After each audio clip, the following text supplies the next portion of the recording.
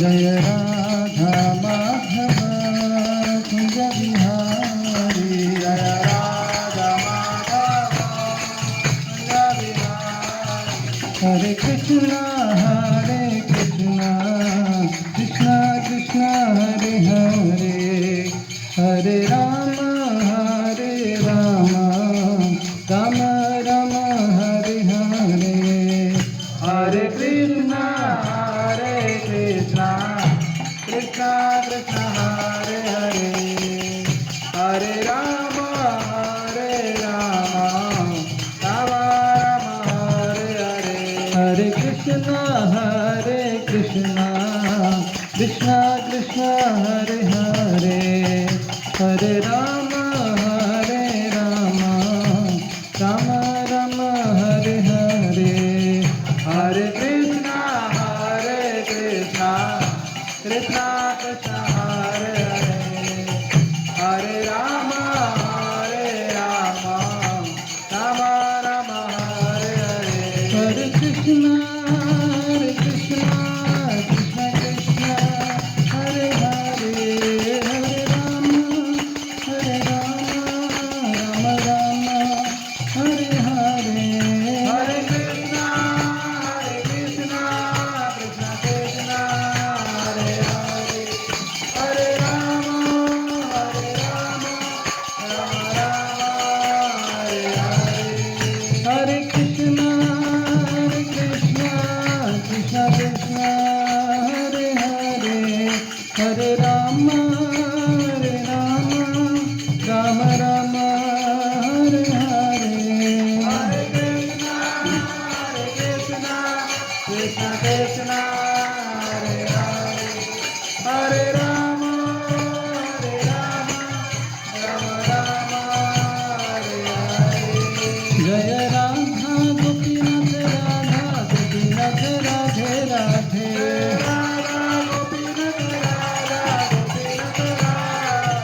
जय जय प्रभुपाद जय जय प्रभुपाद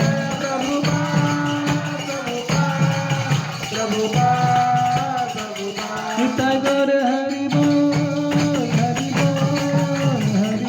निताय गौर हरि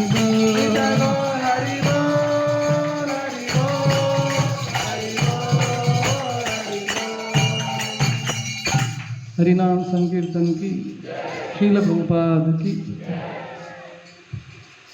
ओम ज्ञानतिमिरन्धस्य ज्ञानाञ्जनाशलाकाय चक्षुरुन्मिलितं येन तस्मै श्रीगुरवे नमः श्रीचैतन्यमनोभीष्टं स्थापितं येन भूतले स्वयं रूपा कदा मह्यं ददाति स्वपदान्तिकं वन्देऽहं श्रीगुरो श्रीयुतापदकमलं श्रीगुरुं वैष्णवांश्च श्रीरूपां साग्रजातां सहगना रघुनाथामृतं तं सजीवं साद्वैतं सावधूतं परिजनासहितं कृष्णचैतन्यदेव श्रीराधा कृष्णपादा सहगना ललिता श्रीविशाखान्वितांश्च हे कृष्णा करुणा सिन्धु दीनबन्धु जगत्पते गोपेशा गोपिकान्त राधाकान्ता नमोस्तुते तप्तकाञ्चन गौराङ्गी राधे वृन्दावनेश्वरी वृषभानुसुते देवी प्रणमामि हरिप्रिये वाञ्छाकल्पतरुभ्यश्च कृपा सिन्धुभ्य एव च पतितानां पावनेभ्यो वैष्णवेभ्यो नमो नमः ॐ विष्णुपादाय कृष्णप्रेष्ठाय भूतले श्रीमते भक्तिवेदान्त स्वामिने नामिने नमस्ते सरस्वते देवे गौरवाणी प्रचारिणे निर्विशेषा शून्यवादी पाश्चात्यदेशतारिणे जय श्री कृष्ण चैतन्य प्रभु नित्यानंद श्री अद्वैत गदाधर श्रीवासादि गौर भक्तवृंद। हरे कृष्णा कृष्णा कृष्णा हरे हरे, हरे राम राम राम हरे हरे। हरे कृष्णा कृष्णा कृष्णा हरे हरे, हरे राम राम राम हरे हरे। हरे कृष्णा कृष्णा कृष्णा हरे हरे, हरे राम राम राम हरे हरे।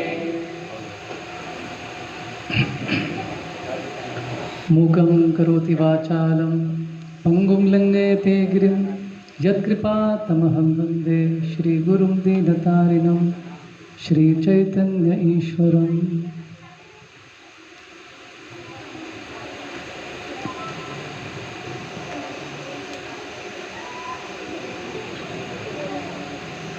हरे कृष्ण। तो आप सभी का स्वागत है हमारे इस कांजूर मार्ग के साप्ताहिक सत्संग प्रोग्राम में। श्रीमान विजय गोविंद प्रभु का आशीर्वाद प्राप्त करते हुए दो शब्द बताने का प्रयत्न करूँगा। तो हम लोग क्या चर्चा कर रहे हैं? अरे भगवद गीता, राइट, अध्याय 1। तो आज हम चौथे सेक्शन में एंटर करेंगे। हमने पिछले कुछ सप्ताहों में पहले 3 सेक्शंस किए थे। तो किसी को याद है पहले सेक्शन में क्या था? जैसे हमारे एक राजा थे, हमारे नहीं, अलेक्जेंडर, हिंदी में क्या था उसका नाम? सिकंदर जो है आगे के राज्य सब जीतते जाता था और पीछे के सब छूटते जाते थे। तो हमारा गीता भी ऐसा ही चल रहा है स्टडी। पीछे जो गया वो छूट गया उड़ता जा रहा है। तो पहले सेक्शन में हमने देखा दुर्योधन की राजनीति और धृतराष्ट्र की दोगलापन, डुप्लिसिटी। और सेकंड सेक्शन में हमने देखा, याद है किसी को? पांडवों के जीतने के अलग अलग चिन्ह, वो दूसरा सेक्शन था।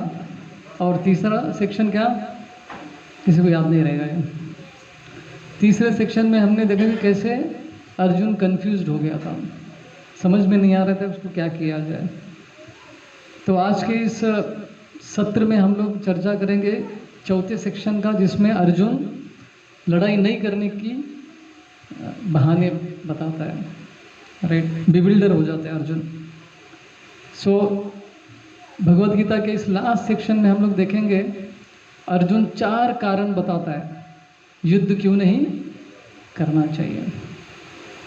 कभी कभी छोटे बच्चे घर में बोलते कि आज मुझे स्कूल क्यों नहीं जाना है, तो अलग अलग कारण ढूंढते रहते हैं, राइट।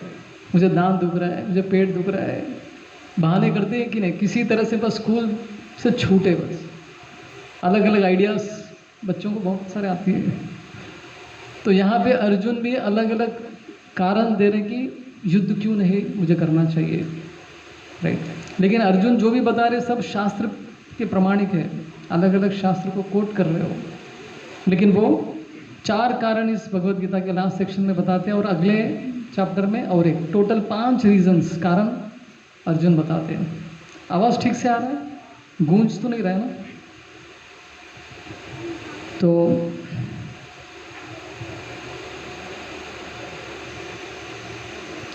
प्रभुपाद जी कहते हैं, आचार्य भी कहते हैं कि हम भी भक्ति में आने के बाद किसी न किसी तरह से भक्ति स्टार्ट हो गई हमारी, लेकिन फिर बाद में भक्ति में प्रगति करने के लिए बहुत सारी रुकावटें आती है। फिर हम लोग भी बहाने बनाते हैं, राइट, ऐसा नहीं ऐसा नहीं। तो 4 प्रकार के लोग जो है भगवान के समीप जाते हैं इस भौतिक जगत में। सबसे पहले एक प्रकार का व्यक्ति है जो डर के मारे भगवान के पास जाता है, भय, अरे अगर भगवान है तो गड़बड़ करेगा मेरे जीवन में, तो डर के मारे भगवान की पूजा करते, भय के कारण भगवान के पास जाते। उससे ऊपर वाला लेवल क्या है, कुछ इच्छा, राइट, मुझे ये चाहिए वो चाहिए, धनम देही पुत्र देही, सैलरी देही, अच्छा, तो अलग अलग देही के लिए हम लोग भगवान के पास जाते हैं, इतना बड़ा लिस्ट लेके जाते हैं भगवान के पास। वो सेकंड टाइप के हैं, कुछ चाहिए बदले में, उनको कुछ इच्छाएं हैं। उससे भी ऊपर वाला स्तर क्या है, जो मेरा ड्यूटी है समझकर भगवान के पास जाते हैं, कृतज्ञता की भावना से भगवान के पास जाते हैं। भगवान के पास जाके बोलते कि मुझे कुछ नहीं चाहिए लेकिन थैंक यू वेरी मच कि आपकी वजह से हमको सनलाइट मिलता है, गर्मी मिलती है, पानी मिलता है, श्वास लेने के लिए हवा मिलती है। तो कृतज्ञता की भावना में कुछ लोग भगवान के पास जाते हैं। लेकिन इससे भी हाईएस्ट, सबसे हाईएस्ट कौन सा है, जो भगवान से प्रेम की भावना से जाते हैं, कुछ नहीं चाहिए बस आपसे प्रेम करना है, तो ये हाईएस्ट लेवल है। नए व्यक्ति जो रहते हैं, जो तीन गुण होते हैं, तमोगुण, रजोगुण और सत्वगुण होते हैं। तो तमोगुण का व्यक्ति, उसको जब हम बोलते हैं कि चलो प्रोग्राम में आओ, हमारे सत्संग प्रोग्राम में आइए, तो क्या बहाना बनाता है, मुझे इंटरेस्ट नहीं है, जाओ फुटो यहाँ से, राइट। और रजोगुण का व्यक्ति क्या कहता है, मेरे पास टाइम नहीं है, बिजी हूँ मैं, मुझे ये करना है, मुझे वो करना है, अलग अलग चीज़ों में बिजी रहता है, सोशल वेलफेयर एक्टिविटीज़, राइट। और सत्वगुण का व्यक्ति भी भक्ति में आता है कि नहीं आता है, वो भी नहीं आता है। सत्वगुण का व्यक्ति क्या बहाने बनाता है, मुझे इसकी क्या ज़रूरत है, मैं सुखी हूँ, आई एम हैप्पी, तो मुझे भगवान की भक्ति करने की क्या ज़रूरत है। तो सत्वगुण में आने के बाद भी बहाने बना सकते हैं लोग सत्संग कार्यक्रम में आने से। सबसे कठिन तो ये लास्ट वाला ही है। सत्वगुण के लोग बड़े आसानी से भक्ति में नहीं आते, क्योंकि वो, उनको ज्ञान भी है और वो सुख भी प्राप्त कर रहे हैं जीवन में। कठिन है ऐसे लोग भक्ति में आना। तो उसी तरह से अर्जुन भी यहाँ पे बहाने बना रहे हैं कि मुझे युद्ध क्यों नहीं करना चाहिए, युद्ध में क्यों भाग नहीं लेना है। सबसे पहला कारण श्लोक नंबर 28 से 30 के बीच में डिस्कशन होता है, कंपैशन, करुणा की भावना, राइट। तो ये करुणा की भावना क्या होती है, इसको दया की भावना भी नहीं कह सकते, दया से भी ऊपर का लेवल है करुणा, राइट। तो अर्जुन पिछले कुछ श्लोकों में बता देते कि ये दुर्योधन के साथ वाले सब कैसे लोग हैं, दुर्बुद्धि वाले लोग हैं, इसलिए उन्होंने दुर्योधन का साथ दिया, राइट। दुर्बुद्धेर धार्तराष्ट्रस्य, ऐसा करके श्लोक में आता है। अभी यहाँ पे इस श्लोक में अर्जुन क्या बता रहे हैं, दृष्टेवम स्वजनम कृष्णा। अभी क्या बोल रहे हैं, जब रथ बीच में आया तो बोले कि स्वजनम, ये सब मेरे लोग हैं। उससे पहले क्या बोल रहे थे, ये सब दुर्बुद्धि धृतराष्ट्र के पुत्र दुर्योधन के साथ में ये सब कौन है, ये सभी बेकार लोग हैं, इनको मार देना चाहिए थे। लेकिन जैसे ही रथ उनका कौरवों के सामने आ गया तो क्या बोलने लगे, ये तो मेरे लोग हैं। सडनली उनका जो है फोकस चेंज हो गया।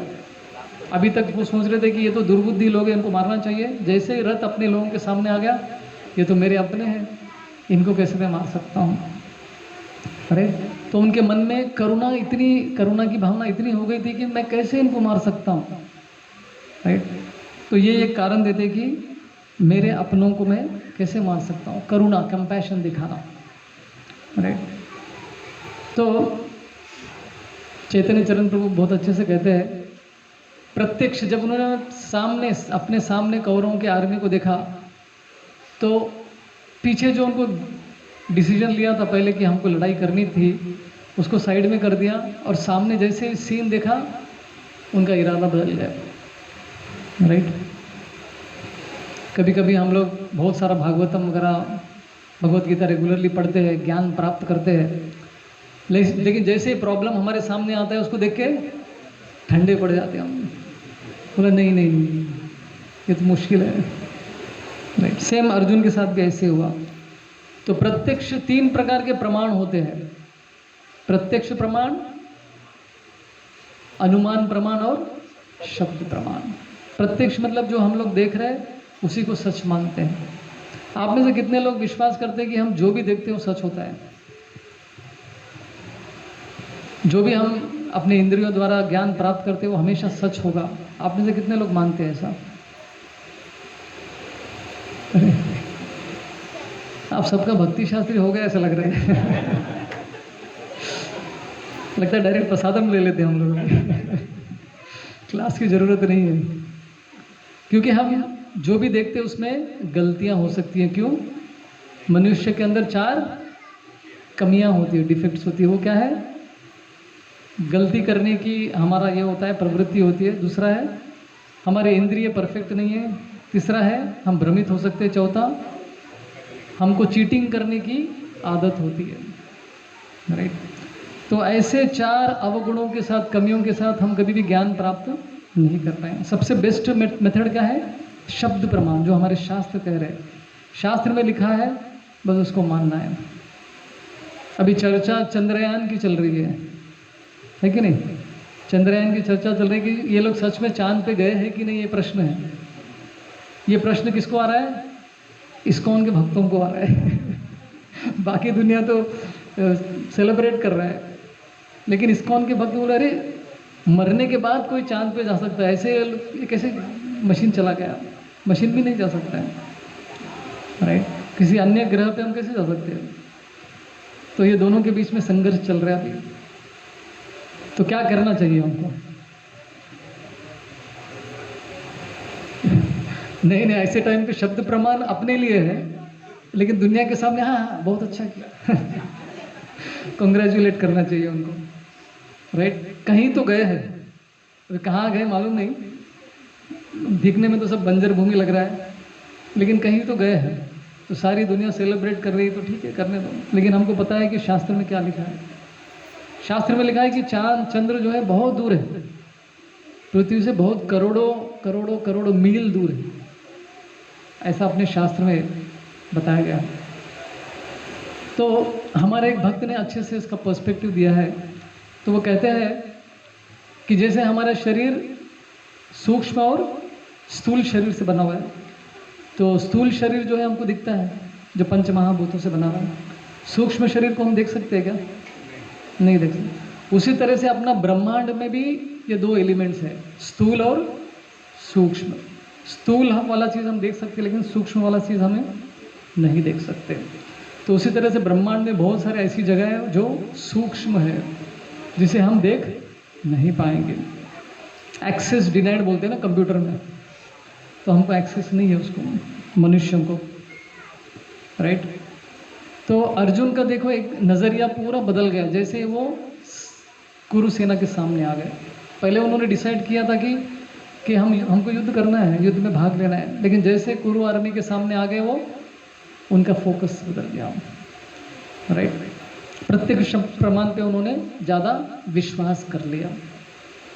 जैसे रामायण में भी उदाहरण आता है, कैकेयी राम जी को बहुत प्रेम करती थी, लेकिन जैसे ही मंथरा ने उसको इतने सारे अलग अलग चीज़ें बताई, वो सुनकर उसका मन चेंज हो गया, उसका फोकस पूरा चेंज हो गया। तो राम के खिलाफ हो गई वो। उसने प्रत्यक्ष प्रमाण पे विश्वास ज़्यादा किया, शब्द प्रमाण से भी ज़्यादा। तो ये प्रॉब्लम। तो ऐसे संकट में हमको क्या करना चाहिए? शास्त्र कुछ कहते हैं, सामने कुछ और दिख रहा है, तो क्या करना चाहिए? कन्फ्यूजन स्टेट में करना क्या चाहिए? गुरु, साधु और शास्त्र का सपोर्ट, सब सहारा लेना चाहिए। गुरु, साधु और शास्त्र, ये तीनों क्या कहते हैं? संपर्क करना चाहिए, कंसल्ट करना चाहिए, तो हमारा कन्फ्यूजन दूर हो जाता है। राइट? तो इसलिए जीवन में हमारे ऐसे लोग होना भी चाहिए, जिसके साथ ऐसा अपना संपर्क भी होना चाहिए, जो हमारी मदद कर सके कठिनाइयों के समय। तो अर्जुन के मन में ये करुणा की भावना जो आ रही है, प्रभुपाद जी इसके बारे में 2 चीज़ बताते हैं। एक तो गाली देते, दूसरा उनकी प्रशंसा भी करते हैं। तो प्रशंसा कैसे करते हैं कि ये जो करुणा की भावना है ये सहज है। भगवान के भक्तों में कभी भी करुणा की भावना होती है, ये वेरी ऑब्वियस है, मतलब एकदम सहज है, नेचुरल है भक्तों के अंदर गुण। किसी को भी देखकर संकट में हमको मन में करुणा की भावना आती है। तो ये जो है ऐसे गुड क्वालिटीज़, अच्छे गुण जो है भगवान के भक्त में ही हो सकते हैं। भागवत पुराण में भी एक श्लोक आती है, यस्यास्ति भक्तिर् भगवत अकिंचना। तो उसमें क्या बता रहे कि कैसे जो देवी देवता हैं उनके अंदर अच्छे गुण होते हैं, क्योंकि वो सत्व गुण में होते हैं। तो भगवान का भक्त भी जब भक्ति में आता है तो उसके भी गुण आ जाते हैं, उसके अंदर भी आ जाते हैं, राइट। तो कभी कभी मन में डाउट आता है कि प्रभु जी क्या सच में भक्तों के अंदर ऐसे गुण आते हैं क्या? हम तो देखते हैं कि लड़ाई झगड़ा चल रहा है कि कुछ भी बोल रहे हैं, तो कोई टेंशन नहीं है, धीरे धीरे आ जाएगा, प्रैक्टिस करते रहेंगे तो आ जाएगा। तो ये गुण कैसे आए अर्जुन के अंदर? क्योंकि वो भगवान कृष्ण की शरण में है, भगवान कृष्ण की वो आराधना करते हैं। तो भगवान की भक्ति करने से ऑटोमेटिकली ये गुण भी हमारे अंदर धीरे धीरे आ जाती है। और दूसरे तरफ हम देखते हैं कि जो अभक्त है, जो भगवान की भक्ति नहीं कर रहे लेकिन बड़े पढ़े लिखे हैं, बुद्धिमान है, इंटेलिजेंट है, राइट, बहुत कुछ कर सकते हैं इस भौतिक जगत में, लेकिन अगर वो भगवान की भक्ति नहीं कर रहे तो क्या है? श्रम एव ही केवलम, उनका पूरा श्रम, परिश्रम, मेहनत सब पानी में चला गया, राइट, क्योंकि भगवान की भक्ति सबसे इम्पोर्टेंट है। तो अर्जुन के अंदर ये सॉफ्ट नेचर, ऐसा गुण देखने को कैसे मिला?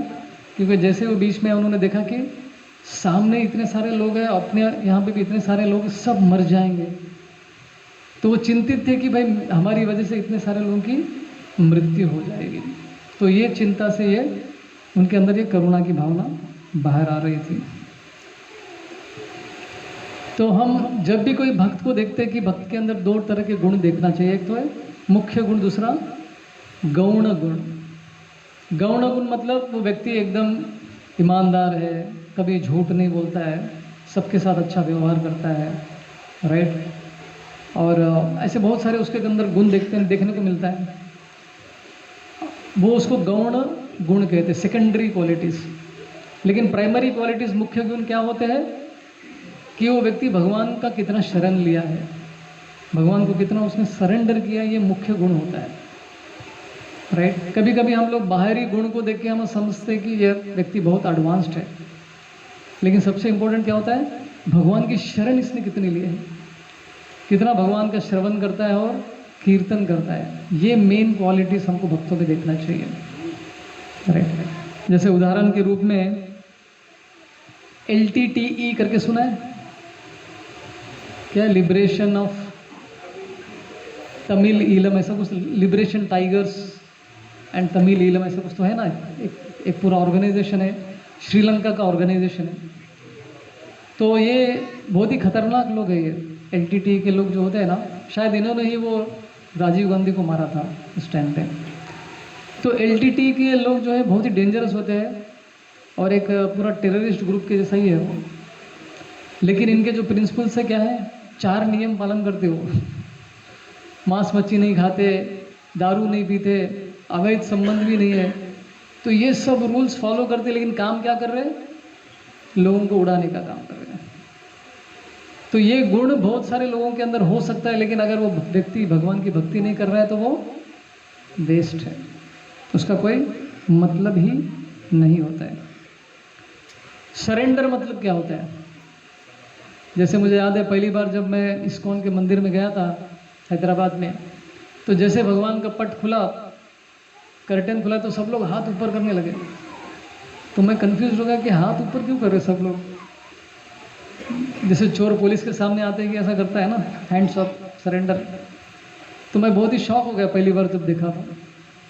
तो क्या सरेंडर का मतलब केवल हाथ ऊपर करना है, सर अंडर करना है? इसका मतलब क्या है? बहुत ही डीप मीनिंग होता है इसका, राइट।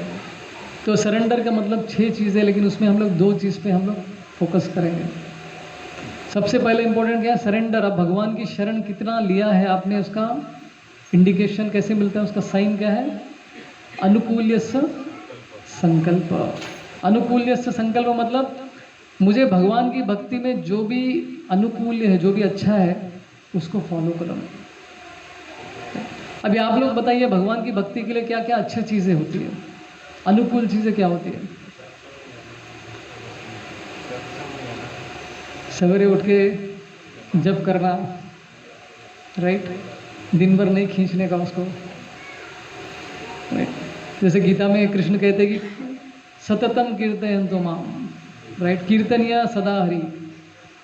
मंदिर में भी हम देखते हैं कुछ लोग माला लेके दिन भर चैंटिंग करते रहते हैं, लेकिन दिन भर में क्या 16 माला ही चल रहा है, स्ट्रेच कर रहे हैं, राइट, उसको नहीं कहते।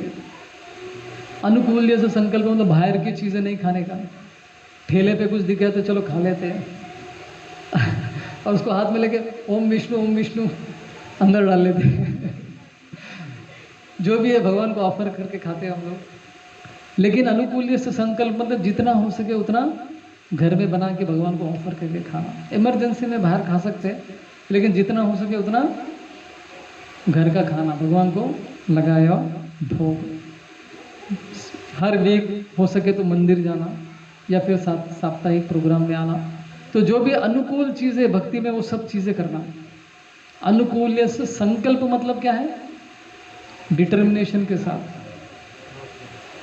कोई भी चीज़ करने से पहले हम लोग संकल्प लेते हैं। किसी को दान देते हैं तो संकल्प लेते हैं, कुछ व्रत करते हैं तो संकल्प लेते हैं। तो इसलिए भक्ति में भी हमको संकल्प लेना होता है, व्रत लेना होता है। आप में से कितने लोगों ने ये कुछ व्रत किया था अपने पुरुषोत्तम मास, अधिक मास में? किसी ने संकल्प व्रत लिया? यहाँ पे किशोर दिव्य प्रभु यहाँ पे भी मुंडी हिला रहे हैं, राइट। संकल्प लेने से क्या होता है? संकल्प लेने से जो है माइंड प्रिपेयर्ड हो जाता है, मुझे करना ही है। आप लोगों ने ये किया होगा ना, निर्जल एकादशी कितने लोगों ने किया यहाँ पर? बिना पानी पिए एकादशी काफ़ी लोगों ने किया है, राइट। ये कैसे पॉसिबल, संभव कैसे हुआ ये कि आपने कई दिनों पहले से संकल्प लिया कि मुझे करना ही है, माइंड को आपने प्रिपेयर किया है। तो मन को जब आप प्रिपेयर करते हैं तो कोई भी चीज़ आसान हो जाती है, राइट। उसी तरह से भक्ति में भी हमको ये संकल्प लेना है। क्या संकल्प? जो भी मेरे भक्ति के लिए अच्छी चीज़ें हैं वो मुझे करना है, दृढ़ता के साथ, डिटर्मिनेशन के साथ करना है। कभी कभी लोकल ट्रेन में हम लोग देखते हैं, लोग न्यूज़पेपर पढ़ते हैं ना, उसको 10 फोल्ड करके ऐसा एक पैर के ऊपर खड़ा रख के न्यूज़पेपर पढ़ता है। तो ये देख के मुझे भी लगा कि अरे मुझे भी भागवतम पढ़ना चाहिए ऐसे, जहाँ पे जगह नहीं, एग्जैक्टली वैसे नहीं ऐसा उसको फोल्ड करके नहीं। भागवतम तो छोटा किताब है, तो तब से मैं जो है भागवतम लेके घूमता हूँ, मतलब अगर कभी टाइम मिले तो पढ़ने के लिए। मतलब ये लोग इतना मेहनत कर रहे हैं न्यूज़पेपर पढ़ने के लिए, हमको कितना मेहनत करना चाहिए भगवत गीता और भागवतम पढ़ने के लिए। कितना संकल्प है, देखिए इनके अंदर कितना डिटर्मिनेशन है। तो जब भौतिक जगत में लोग इतना कुछ कर रहे हैं तो हमको और भी ज़्यादा करना चाहिए। 3 प्रकार के लोग होते हैं। एक प्रकार के लोग वो है जो भक्ति में है ही नहीं, तो उनको क्या कहते हैं?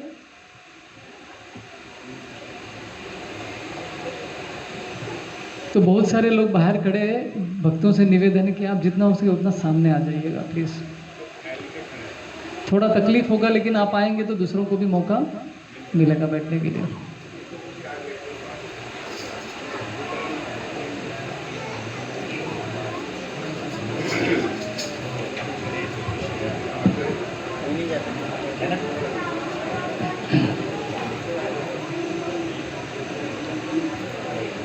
इधर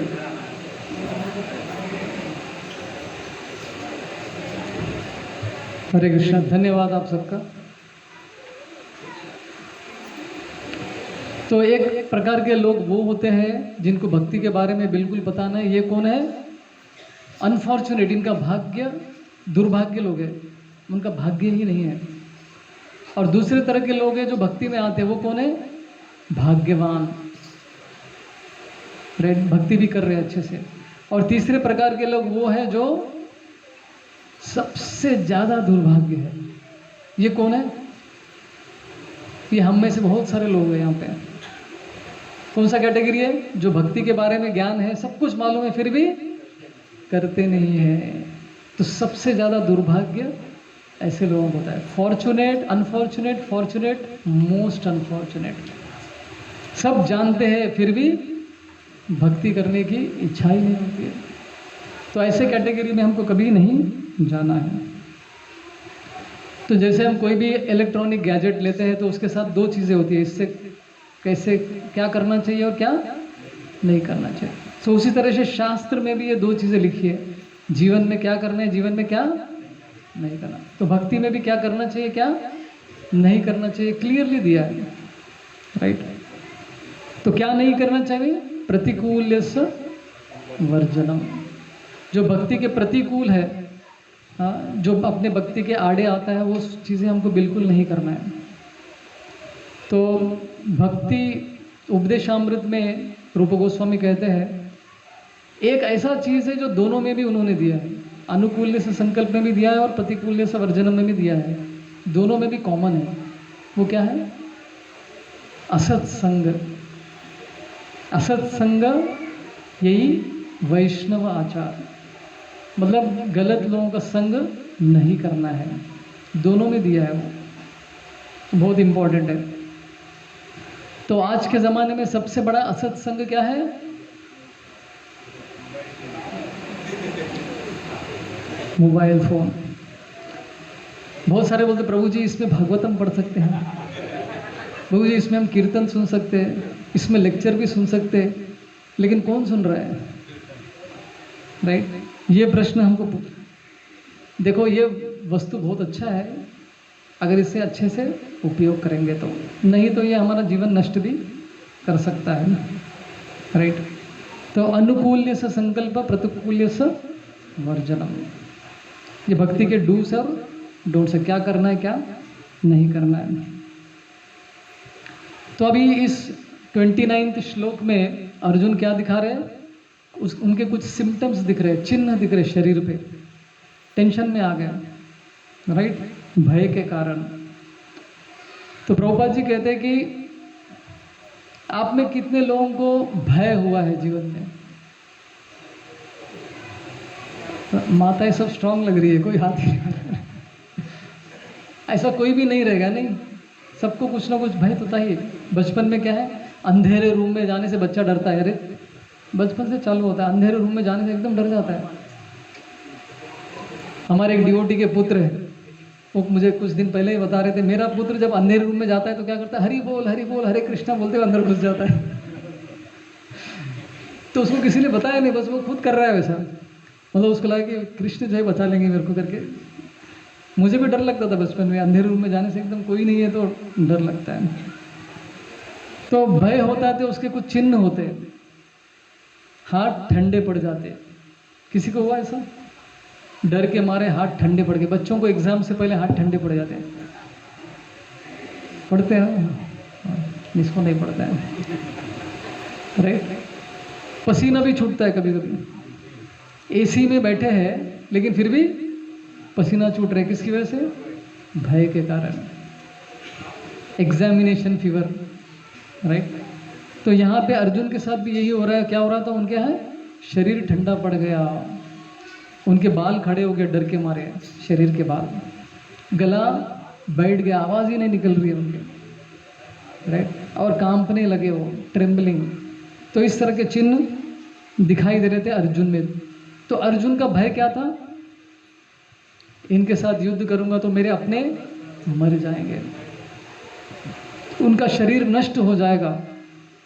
तो इस भय के कारण वो टेंशन में आ गए, भयभीत हो गए, राइट। जब हमारे जीवन से अपना कोई क्लोज रिलेटिव गुजर जाता है तो कितना चिंता होता है, राइट, भय होता है। या फिर कोई बीमार पड़ता है तो भय होता है, क्या होगा पता नहीं इनका, राइट। तो इस सारे भय के साथ इस भौतिक जगत में मैक्सिमम लोग जी रहे हैं।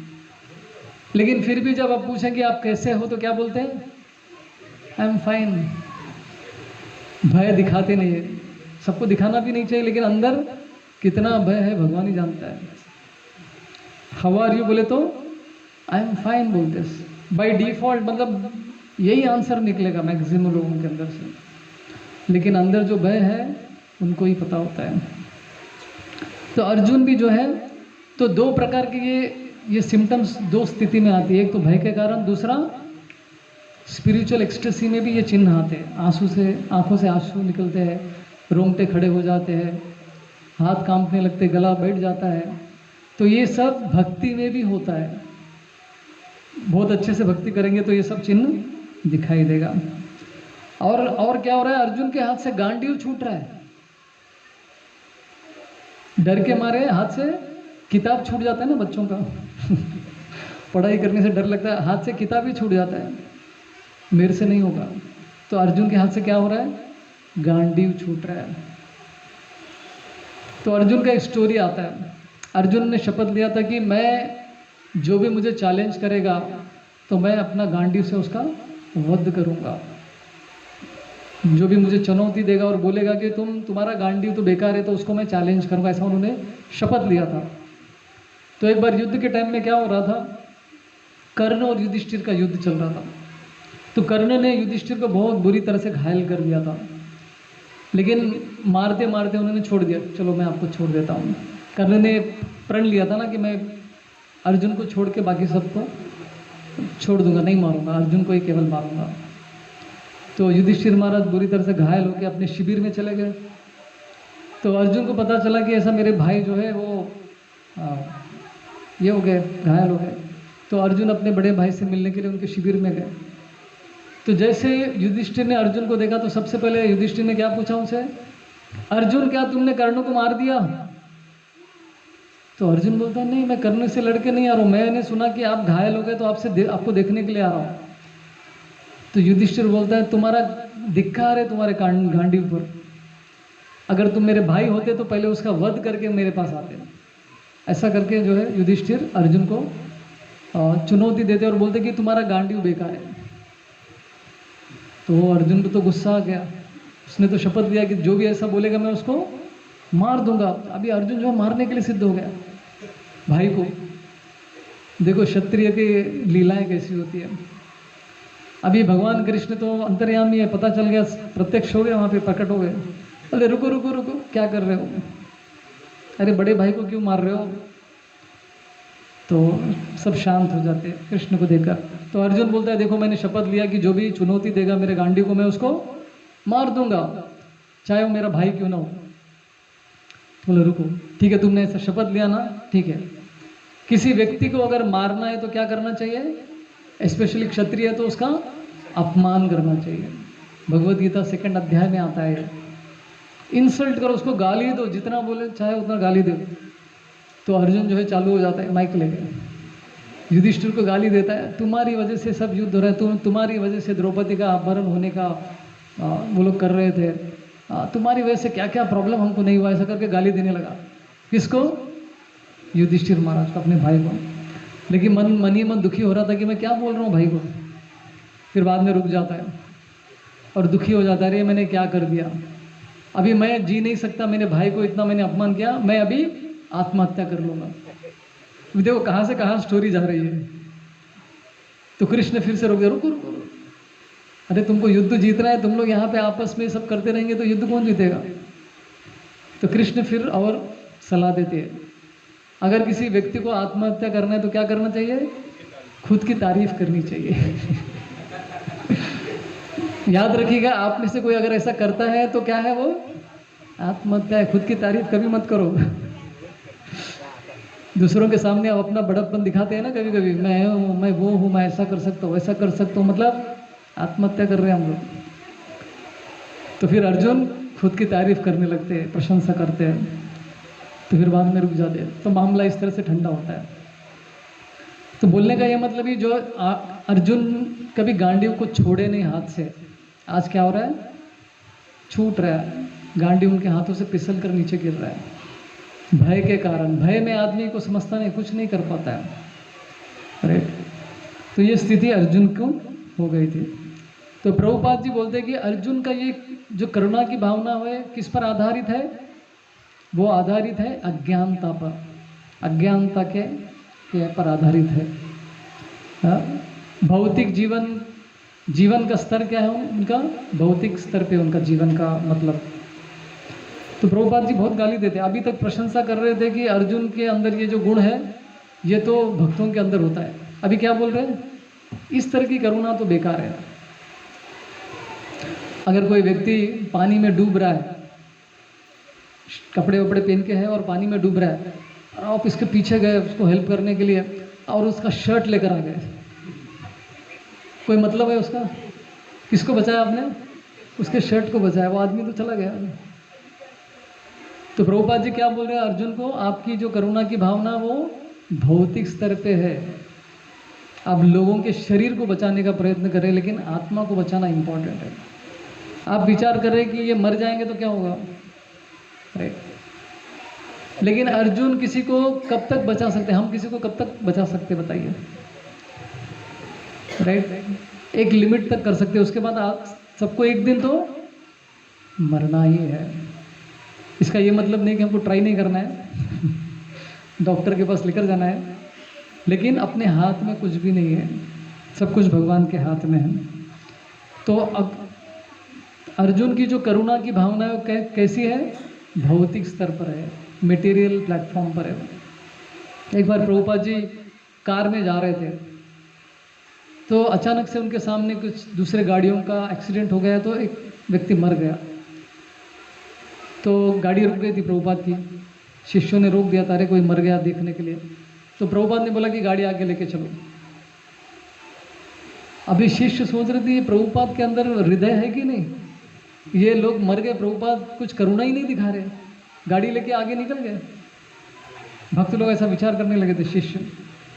और दूसरे समय में प्रभुपाद जी ऐसे गाड़ी में जा रहे थे तो उन्होंने रास्ते में एक बस स्टॉप देखा था, ये सब अमेरिका की बात है, और बस स्टॉप पे बहुत सारे लोग खड़े हुए हैं बस के लिए वेट कर रहे हैं। जैसे मुंबई में भी होता है ना, इतनी बड़ी लाइन रहती है, भांडुप पे देखा है मैंने, कांजूर मार्ग भांडुप स्टेशन पे। तो वो सीन देखकर प्रभुपाद को क्या हुआ, आंखों से आंसू निकलने लगे। अभी देखिए एक जगह पे आदमी मर गया तो कुछ नहीं हुआ उनको, लेकिन यहाँ पे लोग लाइन में खड़े हैं तो वो देख के रोने लगे हो। तो शिष्यों ने उनसे पूछा कि ये क्या है प्रभु, जब समझ में नहीं आ रहा। तो फिर प्रभुपाद ने कहा कि उस दिन वो व्यक्ति मर गया, आत्मा तो चली गई, अभी मैं कुछ हेल्प नहीं कर सकता उसमें, व्यक्ति तो चला गया ना, उसकी मदद नहीं कर सकता। लेकिन यहाँ पर इतने लोग जो है इतना हार्ड वर्क कर रहे हैं पैसे कमाने के लिए, भगवान के बारे में कुछ भी नहीं जानते, इनका क्या होगा, ये विचार करके उनके मन में, उनके आंखों से आंसू निकल रहे थे। करुणा की भावना इसे कहते हैं, राइट। भौतिक स्तर पे करुणा कभी भी नहीं दिखा सकते। जैसे आपका सामना किसी एक भिखारी से होगा, वो भिखारी आपको मांग रहा है कुछ, तो क्या करेंगे आप लोग?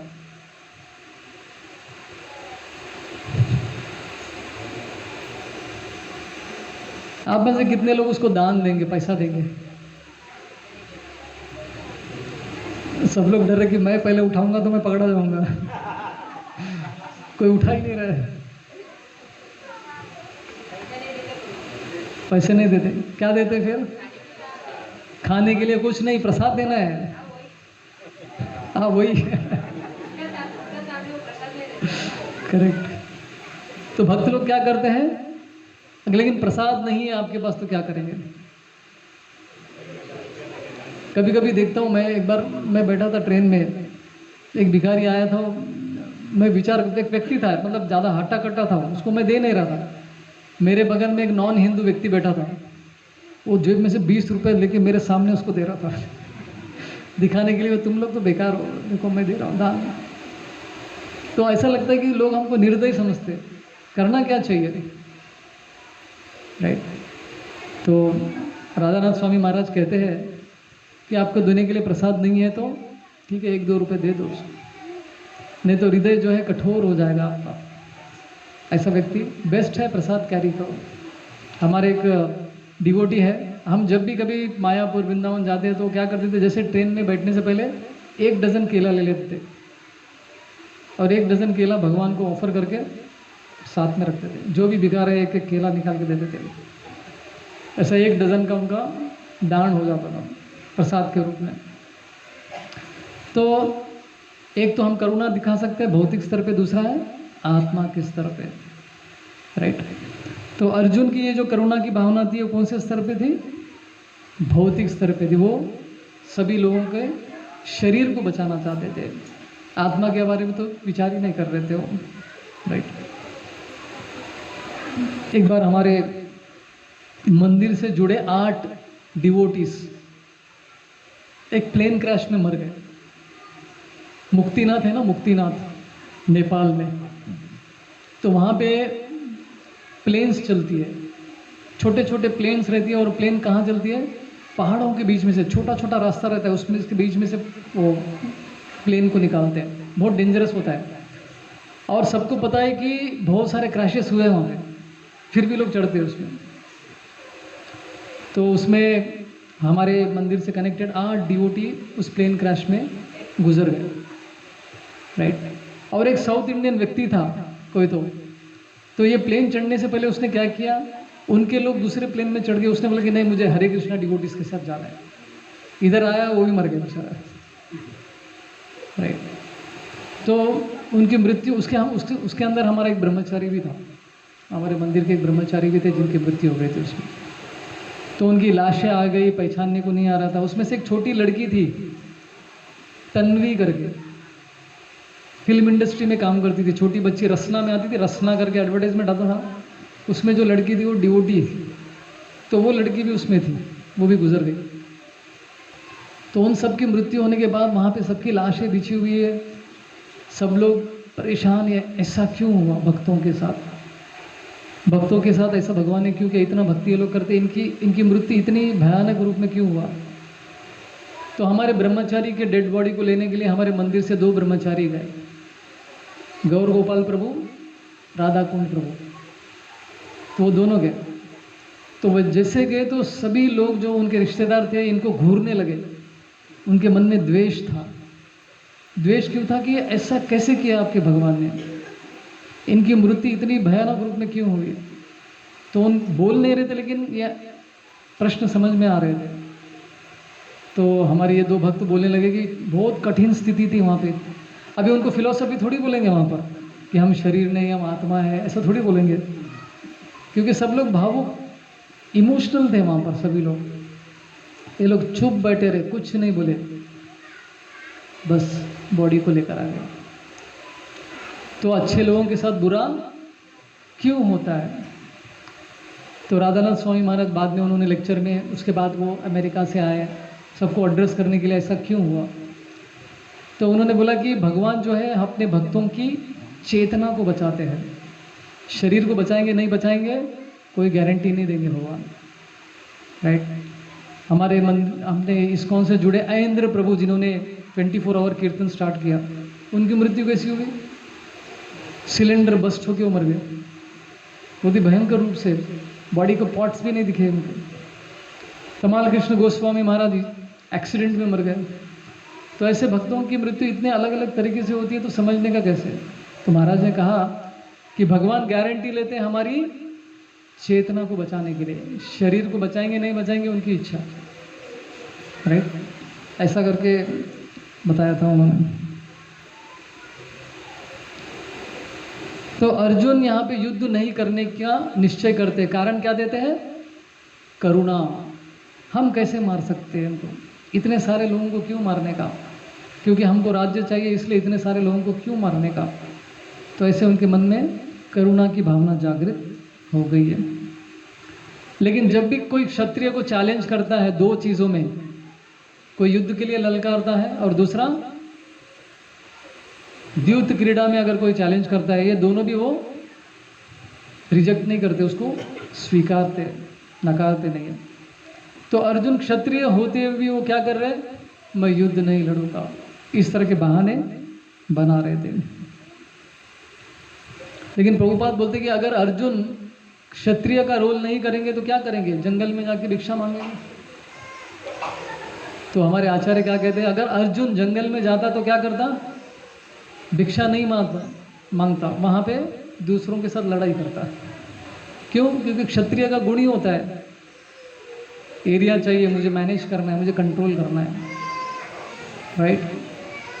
तो क्षत्रिय होते हुए भी अर्जुन ने क्या किया, मैं युद्ध नहीं करूँगा, ऐसा वो कृष्ण को कहने लगे। कारण कंपैशन, करुणा की भावना,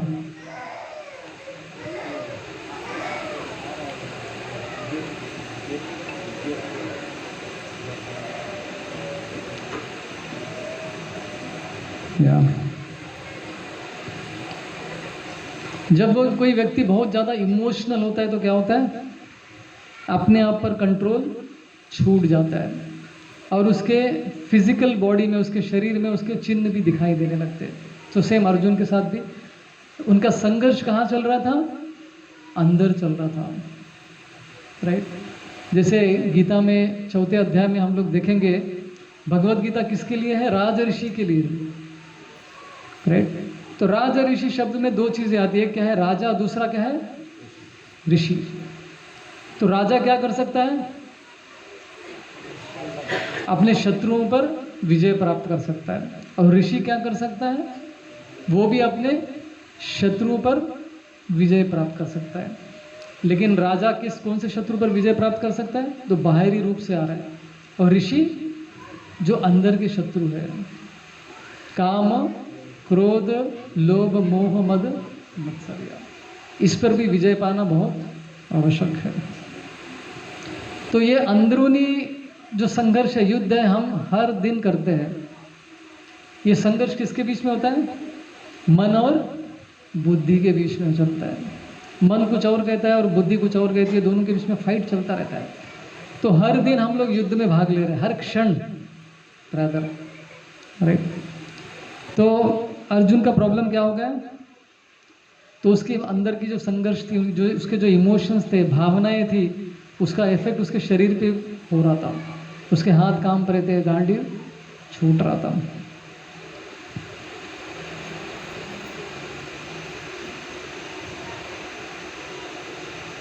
जैसे चैतन्य चरण प्रभु एक उदाहरण देते हैं, किसी आपने जब भी कभी मूवी देखा है तो मूवी में ऐसा हो, एक सीन आता है, एक लेडी हाथ में प्लेट लेके आती है, कुछ तो सामान है प्लेट के अंदर, सामने से व्यक्ति आके बोलता है कि अरे आपके पति गुजर गए। तो क्या होता है सीन में, प्लेट नीचे गिर जाता है और क्या होता है, वो बेहोश हो जाती है। तो इमोशंस जब माइंड और इंटेलिजेंस को इफेक्ट करता है, उसका रिजल्ट शरीर पे भी आ जाता है, आदमी बेहोश हो जाता है। तो संघर्ष अर्जुन का अंदर से चल रहा था, मन और बुद्धि के बीच में। उसका इफेक्ट क्या हुआ, शरीर से निकलने लगा, उनके हाथ कांपने लगे, शरीर भी कांपने लगा। तो इस तरह के भय के संकेत जो है अर्जुन दिखाने लगे, राइट। तो अभी ये एक हमने कारण डिस्कस किया, इसमें बहुत सारे लेसन्स निकल सकते हैं, क्या सीख सकते हैं हम लोग इससे। सबसे पहले आदमी की क्षमता कैसे मालूम होती है, केवल उसी समय नहीं जब हम अपना बेस्ट परफॉर्मेंस देते हैं, लेकिन जब हमारे जीवन में कठिन से कठिन स्थिति आती है तो उस समय पे हम क्या करते हैं, वो भी निर्धारित करता है कि हम कितने सक्षम हैं। जैसे अर्जुन ने विराट युद्ध में क्या किया था, अपना परफॉर्मेंस दिखाया था कि नहीं, सबको हरा दिया, पूरे कुरु में जितने भी थे सबको हरा दिया था, कर्ण को लेकर, कर्ण के साथ भी अपना बेस्ट परफॉर्मेंस दिया था उन्होंने। तो वही अर्जुन अभी युद्ध के समय पे क्या कर रहे हैं, वर्स्ट कंडीशन था, सामने अपने लोग हैं, उनको मारना है मुझे। तो यहाँ पे उनकी स्थिति बदल गई है, लेकिन उन्होंने सही रास्ता चुना। क्या चुना, कृष्ण की शरण ली। आगे जाकर हम लोग देखते हैं वो भी। जैसे मैंने कहा, लाइफ में अगर कुछ कंफ्यूजन है, मन और बुद्धि के बीच में संघर्ष हो रहा है, क्या करना है क्या नहीं करना चाहिए पता नहीं चल रहा है, तो क्या करना चाहिए, 3 चीजें, गुरु, साधु और शास्त्र का हमको सहारा लेना है। अभी दूसरे कारण में हम लोग चलते हैं जो अर्जुन देता है। सेकंड कारण है एंजॉयमेंट। हमको आनंद नहीं मिलेगा। अगर हमारे सभी लोग युद्ध में मर जाएंगे तो हम हमारा आनंद किससे बांटेंगे, राइट। ये उनका सेकंड कारण देता है। हम लोग एंजॉय नहीं कर पाएंगे। युद्ध जीतने के बाद भी अगर कौन है लेकिन जिसके साथ हम लोग एंजॉय करेंगे। अगर बच्चे, आपको एग्जाम्स में फर्स्ट रैंक आ गया, अच्छे मार्क्स मिले, तो सबसे पहले क्या करेंगे आप, सबसे पहले क्या करेंगे, पेरेंट्स को बताएंगे, शेयर करेंगे दूसरों से, राइट। तो उसी तरह से अर्जुन विचार करने लगे, सब लोग युद्ध में मर जाएंगे तो हम लोग किसके साथ शेयर करेंगे अपना आनंद? जीतने का आनंद किसके साथ शेयर करेंगे? हम एंजॉय नहीं कर पाएंगे। यह उनका सेकंड कारण था, राइट। अर्जुन ये भी कह रहे कि हम इतना सब राज्य प्राप्त करके भी क्या फायदा है हमारा, राइट। इस तरह से वो विचार करने लगे। प्रभु जी आते तो मुझे संकेत मिल जाता कि अरे बहुत हो गया करके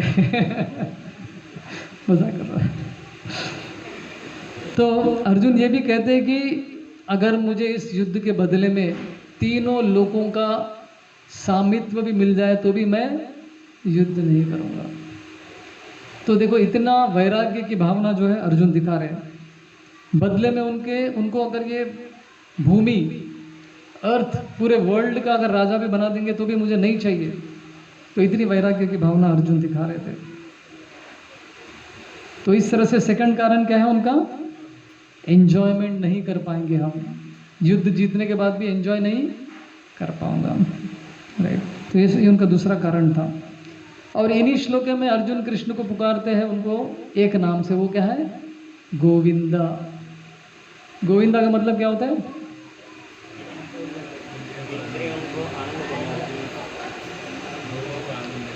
जो गायों और इंद्रियों को आनंद दे सकते हैं, वो भगवान कृष्ण का नाम है।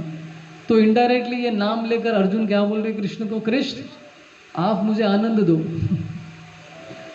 तो भगवान के सामने जाके हम लोग यही करते हैं ना, भगवान मुझे ये चाहिए वो चाहिए, मतलब मुझे आनंद दो, मुझे जो चाहिए वो सब कुछ दो। तो यहाँ पे अर्जुन भी इनडायरेक्टली कृष्ण को बता रहे हैं, कृष्ण आप मुझे आनंद क्यों नहीं दे रहे? एंजॉयमेंट चाहिए मुझे, राइट। आपको अरेंजमेंट करना है। तो ये भी भौतिक स्तर पे है। कृष्ण से इस तरह की याचना करना भी भौतिक स्तर पे होता है। तो दो चीज़ें हम शास्त्र में देखते हैं, एक है काम और दूसरा उसका अपोजिट है। उसको क्या कहते हैं? काम का अपोजिट क्या है? प्रेम। दोनों अपोजिट वर्ड्स है। काम मतलब लोग क्या कहते हैं? काम वासना, स्त्री पुरुष के बीच में जो अट्रैक्शन होता है वही समझते हैं। काम मतलब वो नहीं, काम मतलब बहुत डीपर मीनिंग है। काम मतलब कि आत्मेंद्रिय प्रीति वांछा तारे बोले काम। जो अपने इंद्रियों को हमेशा आनंद देने का विचार करता है उसको क्या कहते हैं? काम, राइट। मतलब अभी मुझे कुछ खाना है, भगवान को ऑफर नहीं आया, बस ऐसे डायरेक्टली खा लिया, तो वो क्या हो जाता है? वो भी काम हो जाता है। यहाँ तक कि प्रभुपाद जी कहते हैं कि घर में हम लोग बड़े से पकवान करते हैं, चलो मुझे आज पिज़्ज़ा खाने को मन कर रहा है, चलो बनाओ पिज़्ज़ा। और बनाने के बाद कृष्ण हाँ आप भी एक्सेप्ट करो, भगवान के सामने भी लगा दिया। खाना किसको था? हमको खाना था। इच्छा हो गई कि बस मुझे आनंद प्राप्त करना है, लेकिन एटलीस्ट ठीक है चलेगा, भगवान को ऑफर करके खा रहे ना, चलेगा। लेकिन वो हाईएस्ट नहीं है ऐसा बोलते हैं शास्त्र में। लेकिन उससे भी बेकार क्या है? भगवान को ऑफर भी नहीं करना, खुद के लिए खाना। आत्मेंद्र प्रीति वांछा तारे बोले काम। जो अपने इंद्रियों को तृप्ति देने का विचार करता है हमेशा, वो उसे काम की भावना कहते हैं। प्रेम मतलब क्या है? कृष्णेंद्र प्रीति इच्छा धरे प्रेम नाम। अपोजिट ऑफ काम क्या है? प्रेम। जो हमेशा कृष्ण की इंद्रियों को आनंद देने का विचार करता है, कृष्ण को ये दूंगा तो वो प्रसन्न हो जाए, कृष्ण के लिए ये करूंगा तो उनको अच्छा लगेगा, ऐसा विचार करने वाला व्यक्ति एक्चुअली कृष्ण से प्रेम करता है। तो यहाँ पे अर्जुन क्या विचार कर रहे हैं? अपने आनंद के बारे में विचार कर रहे हैं। ये लोग मर जाएंगे तो मैं एंजॉय नहीं कर पाऊंगा, कृष्ण के एंजॉयमेंट के बारे में विचार नहीं कर रहे। तो इस तरह से वो ये कर रहे हैं। जैसे हम लोग देखते हैं कि हमको भक्ति में आने के बाद क्या बनना है? सेवक बनना है, सेवक, सर्वेंट बनना है, राइट। अभी सर्वेंट को ज़्यादा सुख मिलता है कि मास्टर को ज़्यादा सुख मिलता है? हमारे अद्वैत प्रभु बोल रहे कि मास्टर को ज़्यादा सुख मिलता है। तीन उदाहरण हम लोग डिस्कस करेंगे इसके लिए। एक है जैसे हमारे अंबानी है, हमारे मतलब इंडिया के हमारी थोड़ी कनेक्शन नहीं है अपना। तो अंबानी बड़ा कार है उनके पास, और उन्होंने कार ड्राइवर भी रखा, और उनका कार तो एकदम बढ़िया रहेगा, अंदर एसी चलेगा, एकदम फर्स्ट क्लास स्टीरियो म्यूजिकल ये रहेगा, उसके अंदर कुशन बैठने का भी एकदम मस्त नरम रहेगा, सब एकदम कंफर्टेबल रहेगा। तो ड्राइवर बैठ के गाड़ी चला रहा है और पीछे अंबानी बैठा है। अंबानी बोलता, अरे ये गाड़ी का ओनर मैं हूँ, तुमको एसी क्यों चाहिए, तुमको एसी नहीं लेना चाहिए, तुम म्यूजिक को क्यों सुन रहे हो, म्यूजिक तो मेरे लिए क्योंकि मैं ओनर हूँ। ऐसा बोल सकता है क्या? गाड़ी में बैठा है तो उसके कान में भी गिरेगा ना, और उसको भी एसी लगेगा ही, राइट? उल्टा ड्राइवर ज्यादा आनंद प्राप्त कर रहा है। कैसे? गाड़ी चलाने को भी मिल रहा है उसको, ओनर तो पीछे बैठा है ऐसे ही फालतू में टेंशन में है, और ये तो मस्त गाड़ी चला रहा है, एंजॉय कर रहा है। तो ये एक उदाहरण है कि कैसे सेवक मास्टर से भी ज्यादा एंजॉयमेंट प्राप्त करता है। अब ये बहुत बड़े राजा है, तो राजा के लिए हर दिन 56 लोग बनता है, हर मील में उनके सामने 56 आइटम्स होती है, और वो सब में से एक एक उंगली लेके ऐसा ऐसा खा रहा है। तो बचा हुआ कौन खाएगा? काम करने वाले, महल में जो काम करने वाले वो सब आपस में बांट के मस्त खा लेंगे। सेवक है लेकिन ज़्यादा एंजॉय कौन कर रहा है? सेवक ज़्यादा कर रहा है। तो उसी तरह से सबसे ज़्यादा एंजॉय करने वाले कृष्ण के सेवक कौन है? श्रीमती राधा रानी। तो कृष्ण एक बार टेंशन में आ गया, भगवान को भी टेंशन होता है वो विचार करने लगे कि अरे मैं देखता हूँ कि मेरे भक्त लोग मेरे से ज़्यादा आनंद प्राप्त कर रहे हैं, मेरे से ज़्यादा खुश दिख रहे, मेरी भक्ति करके उनको इतना आनंद कैसे मिल रहा है, मुझे भी जानना है। तो ये जानने के लिए वो एक अवतार लेके आते। वो अवतार कौन सा है? चैतन्य महाप्रभु का। तो कृष्ण अपने ही भक्त बन के चैतन्य महाप्रभु के रूप में वो अवतरित होते हैं। तो देखो भगवान भी कॉम्पीट कर रहा है कि मुझे भी सेवक बनना है, खुद के सेवक। तो भगवान के सेवक बनने में बहुत आनंद है। खुद को इंद्र तृप्ति करवाने से कुछ भी आनंद नहीं मिलता है, राइट? तो यहाँ पे अर्जुन कहते हैं, बस एक लास्ट चीज है, तो अर्जुन चाहते हैं कि कृष्ण सबको मारे। ये तुम्हारा काम है कृष्ण, मैं नहीं मारूंगा, मैं मारूंगा फिर एंजॉयमेंट कैसे करूंगा। तो वो चाहते हैं कि कृष्ण सबको मारे, लेकिन कृष्ण भगवद गीता में कहते हैं 11वें अध्याय में कहते हैं कि मैं सबको मैं मार चुका हूँ, तुमको बस युद्ध में खड़ा रहना है, बाकी मैंने सब कर लिया है, राइट? तो महाभारत के युद्ध को देखने के लिए एक व्यक्ति जो है ऊपर से सब युद्ध देख रहा था, उसका नाम क्या है? बर्बरी। सब जानते हैं आप लोग। तो बर्बरी ऊपर से देख रहा है युद्ध समाप्त होने के बाद सबने उनसे प्रश्न किया कि आपने युद्ध में क्या देखा? तो उसने देखा, मैंने देखा कि केवल एक ही व्यक्ति है जो सबको मार रहा था। वो कौन है? कृष्ण। अर्जुन का नाम नहीं लिया उन्होंने, अर्जुन तो केवल निमित्त मात्र है, लेकिन सब एक्चुअली कौन कर रहे थे युद्ध के मैदान में? सब कुछ कृष्ण ही कर रहे थे।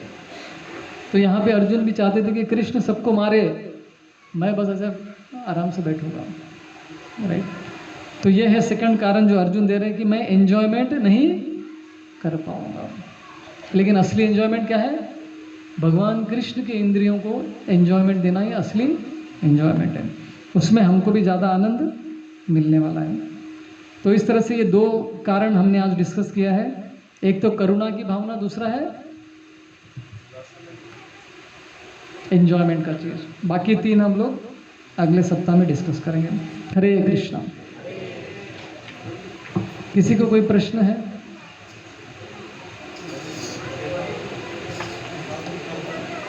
हाँ प्रभु।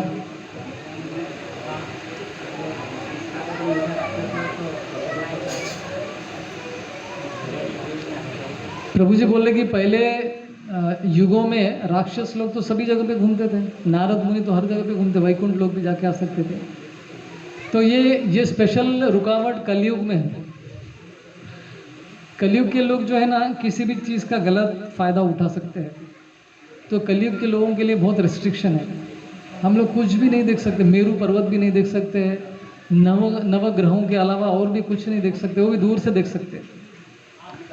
तो कलयुग के लोगों की टेंडेंसी क्या होती है कि हम लोग किसी भी चीज़ का गलत फायदा उठा सकते हैं, राइट? कलयुग एकदम अधर्म का युग है, तो यहाँ पे बहुत सारी चीज़ों को रिस्ट्रिक्शन किया है, आप ये नहीं कर सकते, वो नहीं सकते, क्योंकि हर चीज़ का हम लोग गलत फ़ायदा उठा सकते हैं, राइट। तो इसलिए रुकावट दी गई है। और कोई प्रश्न है?